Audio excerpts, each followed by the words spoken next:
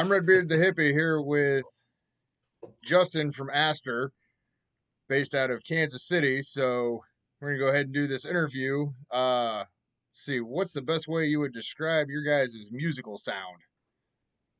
The best way, we got kind of got like a poppy, heavy sound to us. So it's a mix of like A Day to Remember, Asking Alexandria, and The Amity Affliction back in like 2009 to 2015. That's about the sound you're gonna get from us. Well, and like I noticed when the few tracks that you sent me, and I kind of checked out a couple of them. Let's go ahead and dive right into that new video that you guys are getting ready to shoot. Okay. So that's for Christina Aguilera's "Genie in a Bottle," correct? Yes, sir. What made you? I'm intrigued because I want to know what made you guys choose that song with, the plethora of music that's out there. What made you guys choose that one? To be honest, that one was my decision. I've been wanting to do that song since I was probably a teenager and everything. I grew up in the 90s and stuff. I'm 35 years old, so the 90s was, my big staple in the early 2000s. And I just always really loved that song and never heard anybody do a metal version of it. So, or at least, a really, really good version of it. That would be like wow to everybody, you know what I mean? So I wanted to put my own twist on it and everything. And the video, we're going to kind of reimagine it in a way and then put like our own Aster twist to it.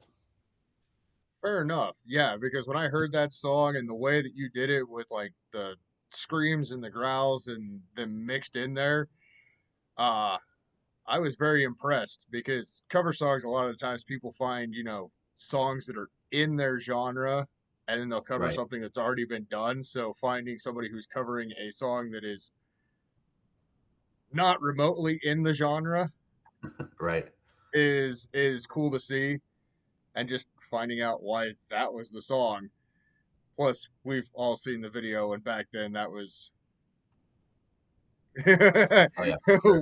we all know the TRL videos. Oh yeah, for sure, for sure. Yep, 90s was a big staple for me. So, that's the biggest reason I chose that song for sure. I thought it was that one or it was going to be the Britney Spears song, Hit Me Baby One More Time. Those were the two that I always really wanted to do. Children of Bodom did "Oops, I Did It Again." Ooh, yeah, I remember that version. It was a good one. Yeah, so being able to kind of see some different styles and people doing some different covers is an alarm just pop up on the thing. So being able to see those type of things is cool, and finding out why you chose that one.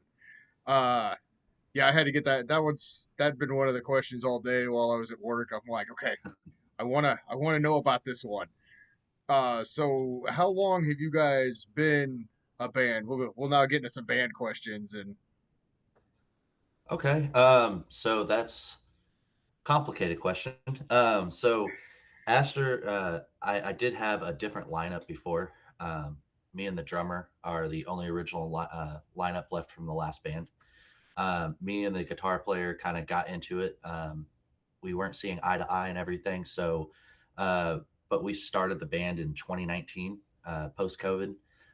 The original guitar player's name was Austin Westhoff. He did come up with the name Aster and everything for it, which it did stand for, passion, loyalty, and the star within reach.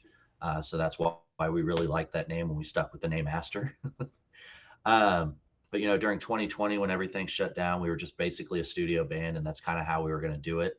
Because Austin was stationed out in Alaska for the army and everything during that time. oh yeah, that's Uh, a little hard to have yes. band practice. Oh, for sure. But we wrote the first album that we put out. We that was during that 2020 time. Then he came back around 2021, the end of 2021 to 22. Um, and that's whenever we started getting members and everything together and started getting shows and everything else together, doing music videos together. Then after that, whenever we did break up last February, and then so Aster, no, not last February, it would have been February 23. Aster had like about almost a 2 year hiatus. And then I brought it back, and brought Mickey back with me, found a couple of other guys for guitars, and then a new bass player and everything. My old bass player would have played, but he's having health conditions and stuff right now. So he was unable to play, come back for us and everything. But me and the old guitarist, where there's no bad blood, he's doing his new thing with his new project. They are called When Forever Finds Me. If you guys want to check that one out too, it's kind of got like the same little vibes to it and everything. Well, a little heavier than we are though. So, Well, yeah, no, and I know with being in a band and stuff, there's creative differences, and oh, for sure. usually it's like you said, people weren't seeing eye to eye, and then part ways, and then come back, and both people are doing their own things, and everything's good, Right. which is always great to hear because the whole bad blood thing, it never sounds good, and then when you get the No, no, it explanation, doesn't. it's like, oh, okay. Versus like, I can't stand that guy who tried to kill me. It's like, okay, I get the bad blood there. Right. And you guys are based out of the is it KCK or KCMO? Missouri. Okay. See, Yep, we're on the Missouri I've side. been around a little bit. I know where the KCK and KCMO. Uh, how hard is it to book uh a show down in that area? Because I know there's a lot of different venues and all the you got the different little areas and I feel it's not too hard as long as you have, bands that you actually want to work with and they're able to go to. For the most part, a lot of the venues they do self booking and everything too. Or you can go through Corey O'Mara. He's with Stratgazer here in Kansas City. He is absolutely amazing. He'll get you hooked up with so many great shows. He knows all the venue owners and everything, so he can really get you in there if you're wanting something. So I know my show in October that we have coming up. He did help me find the people to reach out for the skate bar, just so I could get an actual pretty decent sized venue for that and everything. oh yeah, I've seen the skate bars always got stuff going on and Oh, for sure. because I haven't made it down to Kansas City very much, but I've been to I think there's one bar that I've been there. I can't the Vivo. Vivo, yep. Yeah, went to one show there, and that was a cool place. When But was the like I last don't time you went there though? Because they moved from Overland Park. They're now in Leavenworth. it would have been year and a half, maybe two. Okay, so It's yeah, it's that been was still Overland Park then.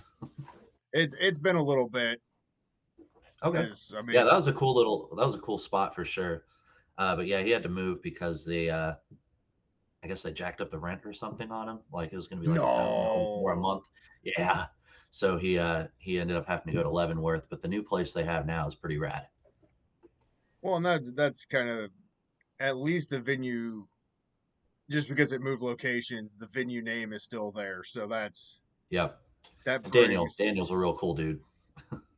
well because I know like I've heard some stuff from people that they say Kansas City's like a hard place to get into, or people block different bands, and it's like it's not so much that you just kind of have to know people, and you can't play the same bar consistently. Like Yeah.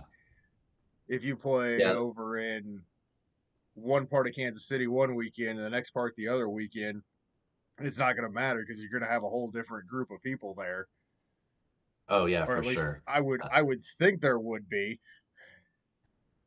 Sometimes, yeah, I mean, with this market here in Kansas City, it's you get a lot of the same people like in the local scene that go to a lot of those the local bands and everything too.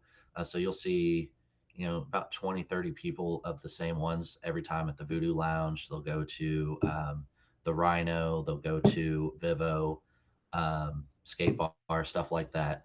Then we have a couple new venues that opened up here too. One's called the Warehouse off of Broadway, and then another one I think is called Aztecs in Shawnee. Um, so a lot of the times, just depends on what the bands can pull over as well. So if you're playing one weekend and the next weekend you're trying to sell the same show to same people and everything, it's going to be a little harder to get those other people to come to that second show. Well, yeah, because unfortunately, like I've noticed with local bands, you can't oversaturate your area too much because then people, because okay, if I see you 3 times in 4 months, then I know the next time you come through, it's like okay, they probably haven't released anything new, so it's going to be a very Right, similar set, but they might have changed up the order of the songs in it or something like that, right. which sometimes makes it a little more of a challenge. And so, where are some of the places other than obviously Kansas City that you've played? Aster, before we did break up, we did go up north a little bit. Um, we went to Wisconsin. That was pretty fun. What was it? It was That's Milwaukee more that than we went to. a little up north. That's like way up north. Yeah, it was about eight. It was about 8 9 hour drive. Because we passed through Chicago. Me, the bass player Tanner, and Mickey. We went through Chicago, while the other two went up to Milwaukee. But we walked around the city and stuff doing that. Then we also went up to Des Moines. Where did we go in Nebraska? I can't remember the name of the city in Nebraska that we went to. Omaha Uh, or Lincoln. I think it was Lincoln that we went to. Yeah, it was Lincoln that we went to. And then we also went down to Arkansas, Fayetteville. That's it. Fayetteville. So you were on the two big festival. Obviously, the festival. Did you play the festival up in Wisconsin?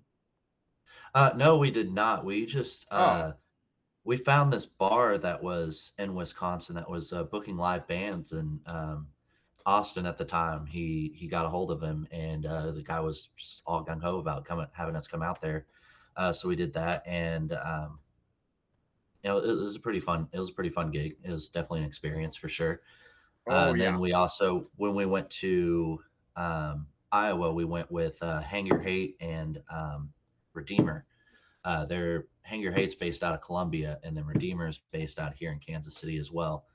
So us three just went up there, and then had a couple shows up there, and had a great time and everything too. Oh, because I know, like, I'm obviously up in Nebraska, so like I know the Omaha scene and Lincoln have just ungodly music scenes up there. There's always something going on. But then, Yeah, like meeting people through Facebook, like Des Moines has a really good scene too, from what I'm seeing. And yeah. We wanted to get at Lefties. I know that that's out in Des Moines. I'm pretty sure it's called Lefties in Des Moines.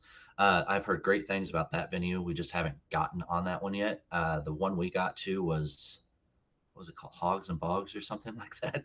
It's a little like 150 person bar type thing, and it was pretty fun though. those seem to always be the more fun shows where like everybody's kind of packed in there. Oh, for It sure. just it has a different feel to it than a bigger venue where you still have 150 people in there, but they're spread out in this big area, and it doesn't have that same. That same feel. Yeah, and the funny thing is, what that feel is because Hmm. obviously you're in a band, but trying to explain what that feel is to other people, it just doesn't really. Yeah, I when the don't, room's very open, yeah, it's you can have 150 people, and it's like, yeah, like you said, it's all spread out, and then like you're looking in a room, you're like, yeah, it only looks like 20 people are in here, but for real it's 150. But you bring it to a smaller size, and it's just little four corners. It's like, oh wow, it looks packed. oh yeah, When you can't move and you're elbow to elbow, yeah, that's when it looks and packed. the energy at those shows always seem to they have a different energy too, where people are more into it and getting rowdier. Or I'm not even trying to describe it. It's just there's a different feel about it. Unless you got like the Oh, for bigger sure. venue that has the capacity of 400, you got 300 people, and then there you're like, oh, okay, now it actually feels like it's then it Right. brings that same energy and vibe and feel. Let's see. Trying to think of like the weird thing about doing the interviews is I just kind of vibe with it, and then we just see where the questions and everything go. So, Oh, it's all good. uh, and you were talking, you went down to Arkansas. Hmm. Who'd you do shows down there with? Oh, it was our manager Joe at the time. Was he booked us with, oh God, what were the band's names? This was almost 2.5, 3 years ago. It was almost Oh now. well. Okay, I Yeah, once you put a time frame in there, it's like okay, I get why it wasn't last weekend where you're like, oh yeah, I can remember all those 3 years ago. I yeah. know I've I've smoked seen since then, them. man. I've I've had to do other things. Oh, let's see. So new single coming out. Where are people able to find your music? So you can find it on all major streaming platforms once it does come out on July 4th, our first single. It's, Spotify, YouTube, Apple Music. I think it's going to be on Amazon Music and stuff as well. Title, all those things.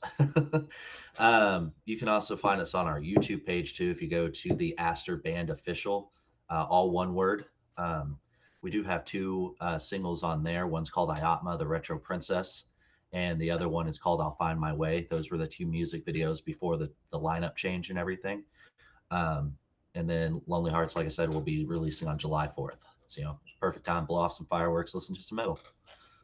I see nothing wrong with that. Right now, with how Right? everybody, where money situations are, it's well, we'll be able to listen to metal. I don't know if we'll be able Right. to blow much fireworks off, but we'll be able to listen to some metal. Oh, see, the trick is you got to go the day of when they have it like 50 to 70% off on everything.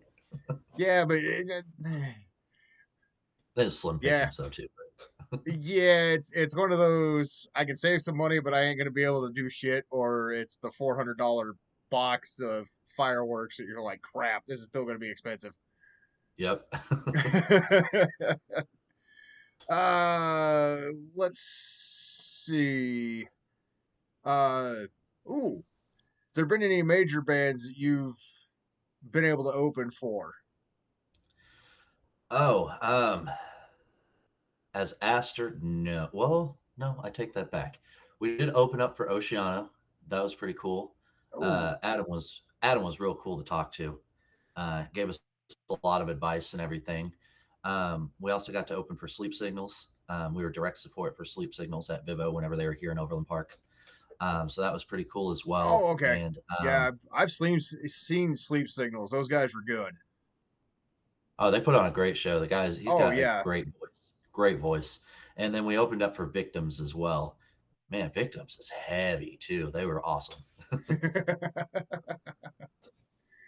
uh, okay. Seeing how you were thinking, there have been other music projects that you've been involved in that you've opened up for some big names as Hmm. well. All right, what are Yeah. those ones then? We'll go with them too, or like the bands that Um, you were able to open for. well, Janice, I opened up for Janice. I don't know if you remember Janice back in the day, back in like 2012. They were kind of big. They were That getting one kind of doesn't big ring a. there until they broke up. But then we did open up for We Came as Romans, and that was a lot of fun. Before Ooh, Kyle passed away, and whew, I mean, David and Kyle together, they had such great energy together on stage. Yeah, but those were like the that's two bigger bands back in the day that we played with. So, well. I mean, you kind of had that look where you're like, did no, wait, hang on. So it's like had to ask to find out who the.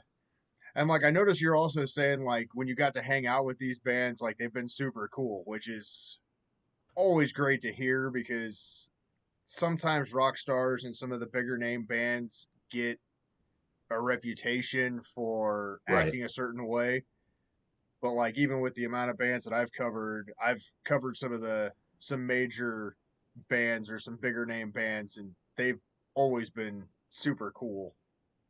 Oh, for I've only sure. had Yeah. I've only Most had of the I've only time, had I've only had like one instance where one person was kind of not the friendliest, but I ended up seeing that artist again later on, and then he was super cool. So it's like, okay, I'm just gonna chalk that one up as bad day some or people have bad days. Yep. yeah. So rather than being like, oh man, that guy was a dick, I'm not gonna do anything. Like ended up watching him again. He was super cool the next time. So it's like, okay, just chalking it up as a bad day.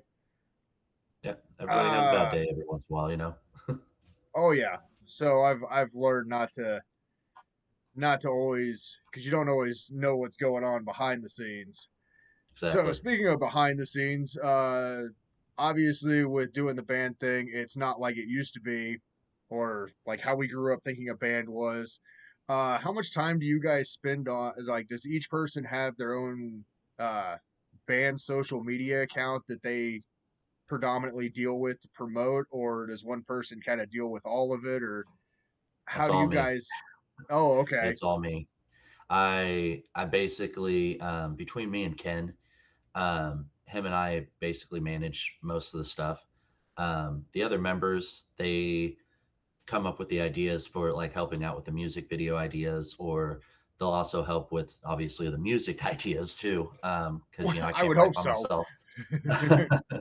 I'm not the best guitar player in the world, so I need somebody to write for me.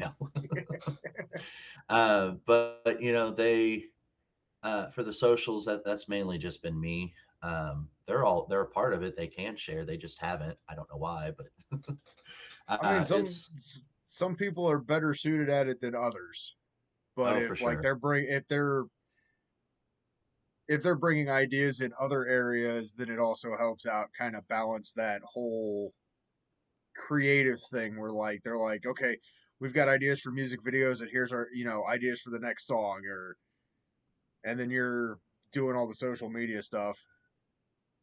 Right. Yeah, we have this TikTok video that we're about that I was actually in the middle of editing today.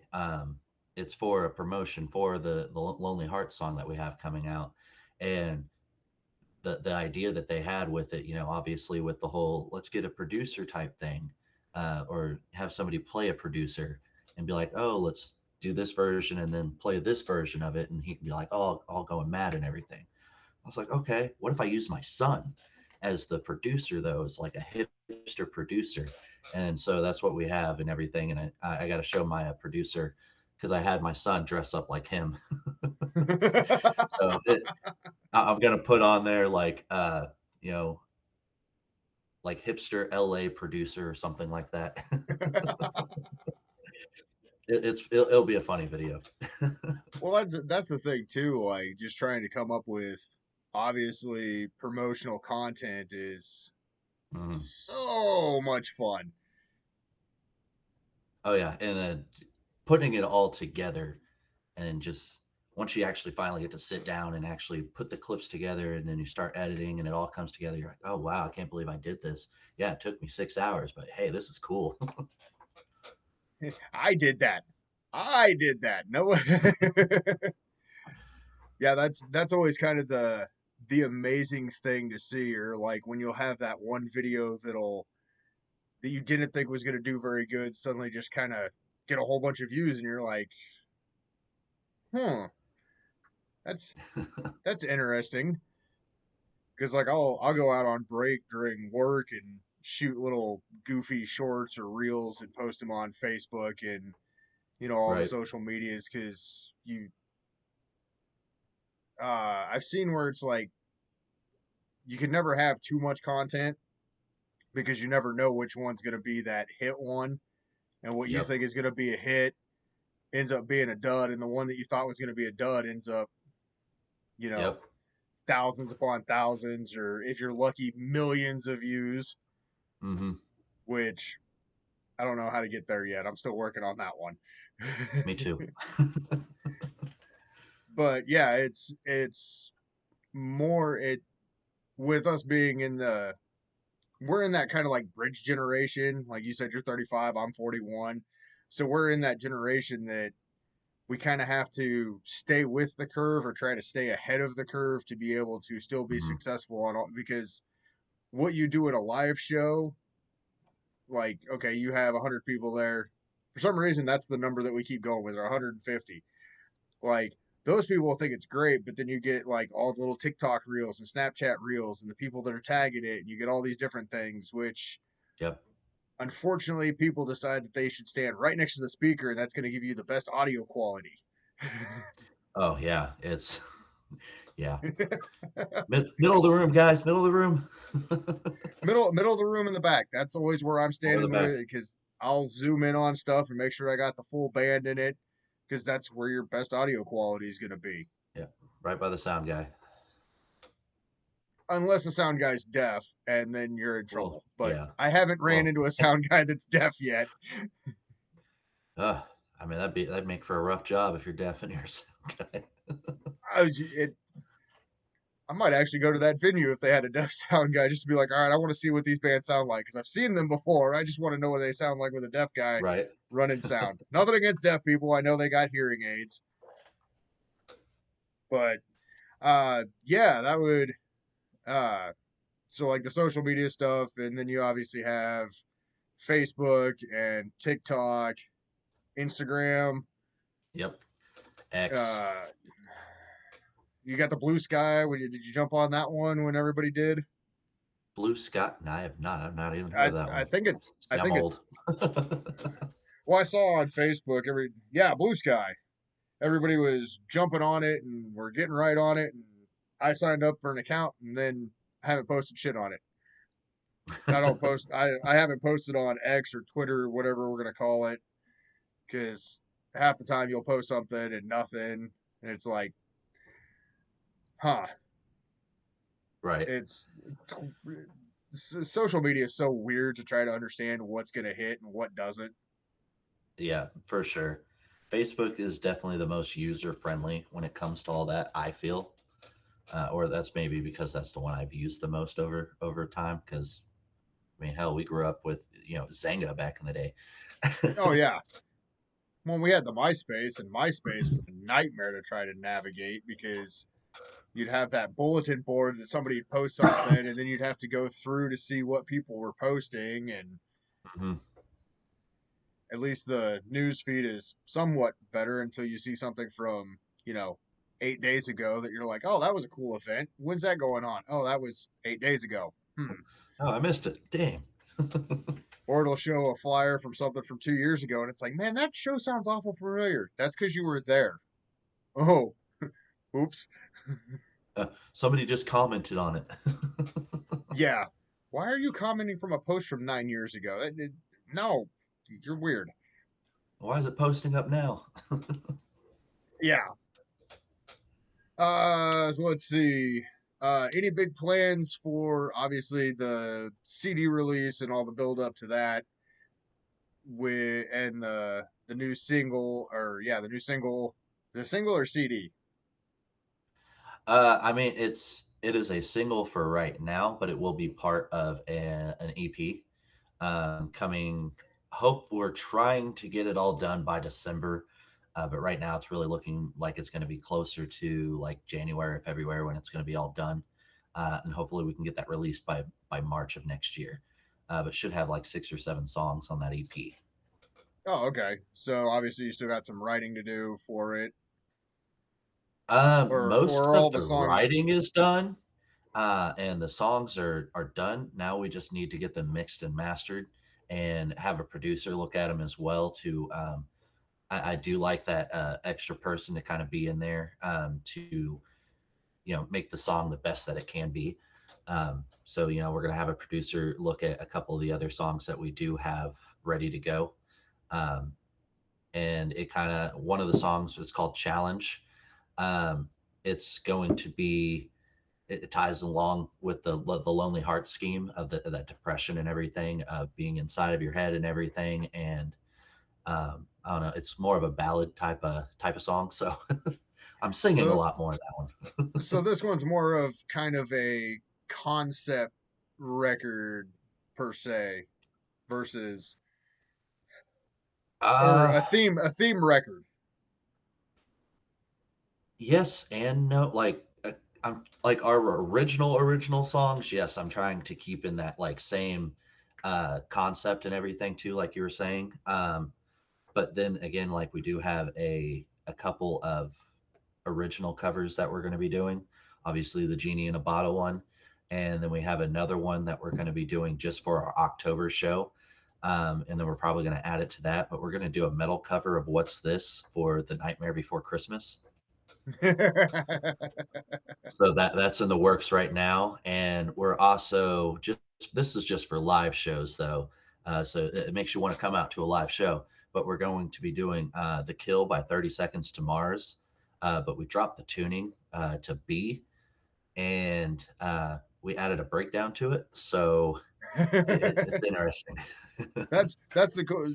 So you're one. Okay, so since we're talking about some of the cover ideas, so you're one to you'll hear be like, okay, I want to cover this song or do an original cover to it, and then you make it. Obviously, there's still going to be elements of the original song, but you're Mhm. going to turn and make it your own song Yep. versus play it note for note and do all the same things that's already been done for it. Yeah, that's what I love about metal, man. You can turn any song from any genre into a metal song, and 9 times out of 10, it usually sounds pretty damn good. Especially when it's something that's off the cuff and not like we were talking earlier about it's not in the normal metal genre, which For is sure. it makes it a little some of those songs like the popular songs makes it a bit more of a challenge because now you've got to try to write musical parts to stuff that isn't actually music per se or is a form of music but it's not played by instruments. Right. Sorry, I need a drink. Dude, trust me, I came well prepared for this because I got two more over here as well. Like I've Yeah, done this gotta have once the or water, man. twice. Gotta have water. Oh yeah, plus it's like 6:40 and it's way too. It's like a Wednesday. There's no point in drinking on a Wednesday. No, I gotta work in the morning at 7 a.m. So Uh, okay. Speaking of working, we're just talking about parties. Uh, are there any of the wild, crazy rock star parties after the show anymore, or do you guys kind of keep it to a minimum before you get on stage? Or before I go on stage, I know I need to be better about this, but I try to stay in the back, so I'm not out front. I'll listen to the bands and stuff, but I try to not talk so much, especially if I'm going to be the direct support or headlining band. Because I mean, if you're talking all night, screaming over the music, by the time you get to your set, your voice is just so worn. Um, so I try to stay back there and just do some vocal warm ups and stuff like that. But I can't always do that because I do like to hang out with people and stuff too. So that was my biggest problem before was my dad would like to stand right next to the speaker, like you were saying, and he was trying to talk to me, and I'm sitting there yelling back at him. The last show that we did have, and then by the time I got on stage, my voice was just so hoarse. It took everything in me to get out that show. But which afterwards, is yeah, we normally well, some of us will go, just go out to a restaurant or go to a bar or something and have a few drinks and stuff like that to kind of celebrate and everything else too.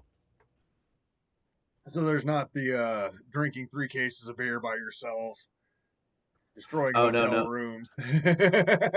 no, no, none of that. Maybe like in our early 20s we've probably done that, but no, we never actually had to stay at a hotel room. We always just, either slept in our car or one person would drive on the way back while the other person slept, and we just take turns driving and stuff like that. Yeah. And get to our destination and just stay in the parking lot at a Walmart or something and take a nap or something like that. Oh yeah, It's the I cheapest know way. all. I know truck stops. Not the Oh yeah. highway truck stops, but like the gas No. station truck stops because Hmm. there's a little more light there, and I feel uh not like it's gonna go near as bad as like the high. And we all know the highway truck stops, like Hmm. the bathrooms with the brick buildings. Like yeah, no, I'll stop at those during the day, but not to sleep at night. Not in a Oh no. minivan. No. And there's also certain areas in certain towns that it's like, no, Topeka's one of those ones. Like, I will not sleep in that area. It's just Yeah. I and know what you mean. there's certain parts of Kansas City where it's like, oh, we lost. Oh, we are lost. This is not where we need to be. Yep. Yep. There. Yep. But There I are some think of I those areas. well, and I think like every major city has those type of areas Hmm. too. So Oh, for sure. But yeah, definitely certain things you learn along the way where it's like sleeping in the cars and taking care of the voice so you can do the best performance you can. Because I do notice most of the vocalists will usually disappear a couple bands before their set so they can kind of go off and not have to. And it's Not have not to that they're talk. being not like they're being arrogant or oh, I'm a rock star. It's I got to go off and save my voice because this is what Mm, I'm doing for a living, and I have to be able to perform these songs to the best that I can. So then people are like, okay, that was money well spent. for sure. Yep. Yep. And any bands that you would like to be able to do a show with in the future? Uh, Man, the list is endless on that one.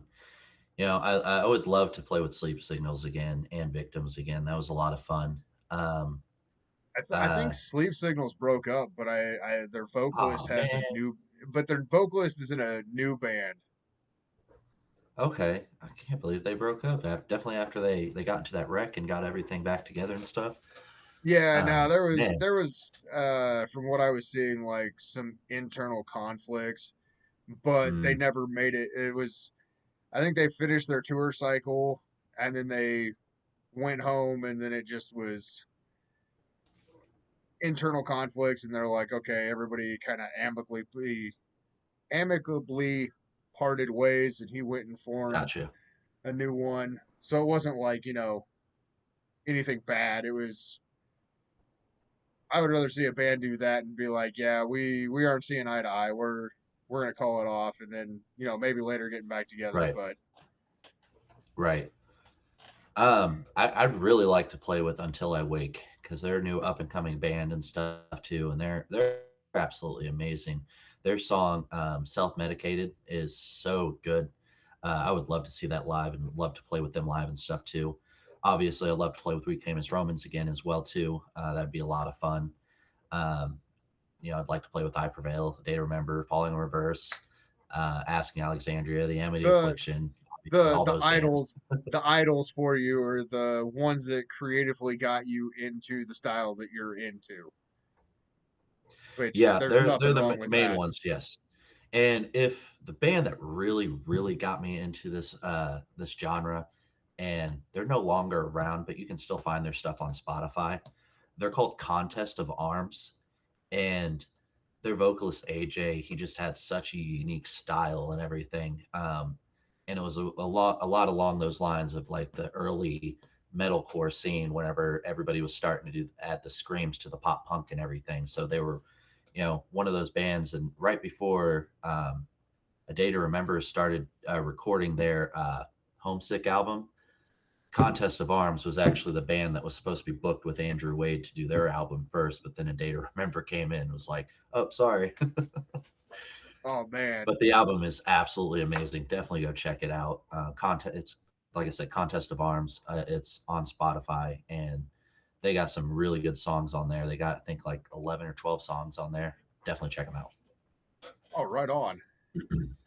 But yeah, it's I think we'll go ahead and kind of wrap up this interview and then I'll get it edited and do all that fun stuff. But it was great being able to talk to you and You too, looking man. forward to seeing the single and hopefully I get down to the Kansas City area when you guys are doing a show. It's October 25th, so it's on a Saturday night. Um, I don't know where you're at up north, but you said you're what, Nebraska, right? Yeah, in Hastings. So it's because I got family that lives in Lawrence, so I've always got a place to crash when I'm down in that area. Okay. So that's kind of a nice thing. Plus, my mom lives down there and she knows the Kansas City area. So, like, the one time I went to the Vivo, she's like, "Oh, I know where that's at. I'll take you." So, like, my mom ended up Oh, going to nice. a concert with me. Oh, She's that's not a awesome. metalhead at all. So she sat in the back and read and then was taking pictures of me taking pictures to, I guess, Nice. I'll brag to tell you all her what. friends of what I do. Well, if you come down, I got a couple tickets for you. Then it's gonna be on me. All right. I'd be, I'll have to see what I got going on around then. But yeah, even if you guys make it up to like Lincoln or Omaha, I can still hit those ones up too. Oh, for sure. We definitely need to get a hold of people on how to get a show booked up there too. So I might know some people to talk to. I'll send you the people that I know. So this is awesome. a great thing I'd about really appreciate that. networking, where like people, one Yep. person knows somebody, and then the networks to this person, and like I'm big on people networking, and then like when one person gets a show, that it's kind of like everybody wins when they get everything going right. Yep. And then it's like, oh yeah, I remember And these guys, they helped us out, so we'll bring them on this show because we got this big show in this area. yep. And like everybody's winning, and it's Yep. And I'm all for that too. well, it's been a pleasure talking to you, and Yep. hopefully I have this interview up in the next couple days before you guys get out to go record, so we can start generating some traffic for you guys. It'll be on the Oh, YouTube for and sure. That'd be awesome. Facebook and all those things. So you guys take care down there. All right. You take care up there. All right. It's nice meeting Later you, Ken. on. You too. Bye, bro.